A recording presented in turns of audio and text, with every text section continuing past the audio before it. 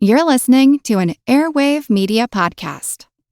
Feel like who art Ed? We'll try to spice it. Who art it? Mr. Wood art Ed me. Good. Either way, it's ambiguous. It works on so many levels. I know. That's off to a great start. Welcome to Who Arted, where we explore visual arts in an audio medium. I'm your host, Kyle Wood, and today we're going to be looking at Jack Kirby.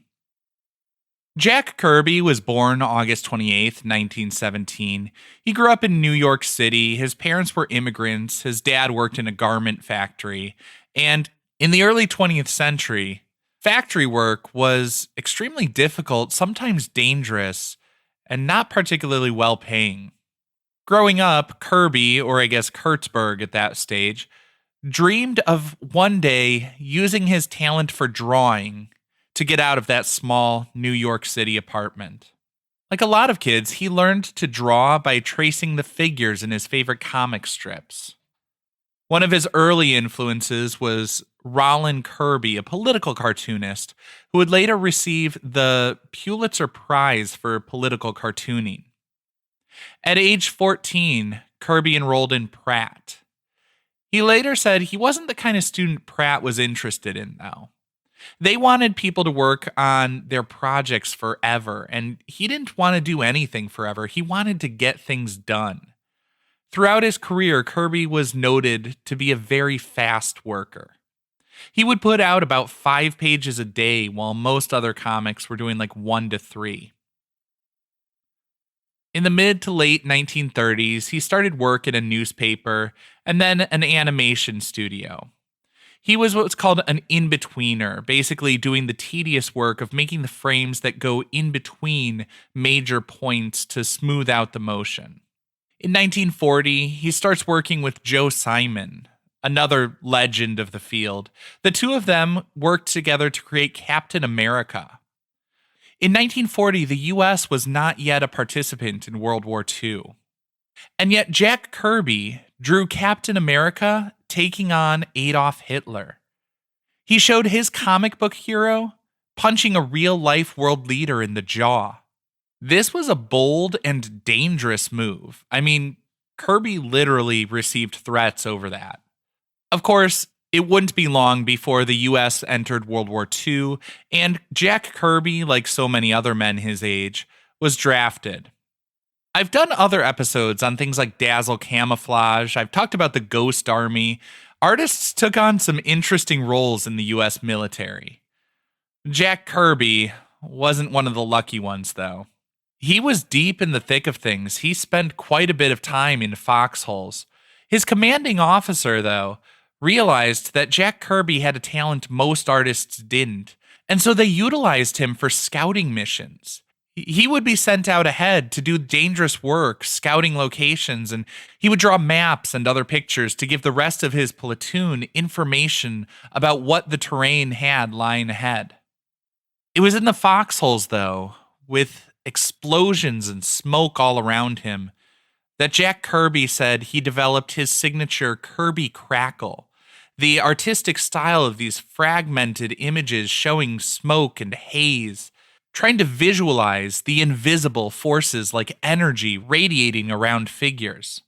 When interviewed about his time in the military, Jack Kirby has been known to say that the fictional Captain America really saved his life. As Kirby tells it, his platoon was trapped in a firefight on a riverbank. There was one boat available, and that was for his commanding officer to use to escape. But Kirby says he drew Captain America, and the commanding officer let him take the boat to safety. Sadly, the rest of his platoon was lost. As with so many great stories, it's always hard to tell what exactly is fact in there, but we definitely know Kirby saw some action in World War II. After the war, he came back and again partnered with Joe Simon. He was basically all over the scene at this time. The whole comics industry was in its infancy in a lot of ways. Companies were springing up and going under or morphing into other companies, and it seems like Jack Kirby was basically working with or helped to create almost all of them. Kirby experimented with some interesting genres. In addition to the traditional superhero comics, he created romance comics. He created foxhole comics. He was one of the few people who realized that comic books, graphic novels, could have a wider audience than 10-year-old boys. Now, when we think of the golden age of comics, Jack Kirby had his hand in a lot of it. He helped to create the Fantastic Four, the X-Men, Iron Man, Black Panther, the Incredible Hulk. He basically populated the Marvel Universe. In 1970, though, he felt like he wasn't getting the credit he deserved there. He left Marvel for DC. There, he created a series, Fourth World, which I imagine he thought would demonstrate his brilliance and make Marvel wish they hadn't blown it with him. So maybe it wasn't the great I told you so he likely envisioned as he left Marvel for their rival, but some of the new gods from the series live on in the DC universe.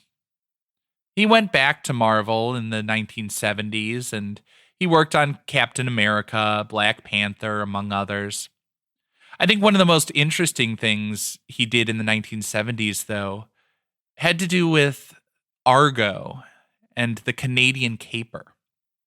If you're familiar with the movie Argo, the very, very short version of this story is in 1979, the Iranian government was toppled. The U.S. embassy was stormed, and all the Americans in it were taken hostage. There were some Americans who were hiding out in other places, trying not to be captured and held hostage.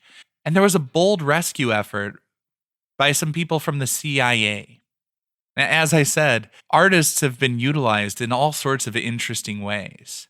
What happened was the CIA created these false documents, passports and things like that, to create the illusion that some of their operatives were film scouts from Hollywood trying to scout locations for a new movie they were going to create called Argo.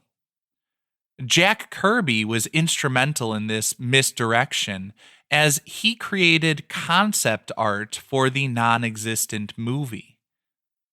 The whole thing was an amazing dramatic rescue, and it actually worked. And once again, figures drawn from Jack Kirby's imagination helped to save real lives. This concludes this week's episode of Who Arted, part of the Airwave Media Podcast Network. If you found this tolerable, please leave a rating or review on your favorite podcast app. You can find images of the work being discussed this week and every week on social media at Who Arted Podcast on Twitter, Instagram, and TikTok, and of course on the website whoartedpodcast.com. Podcast done.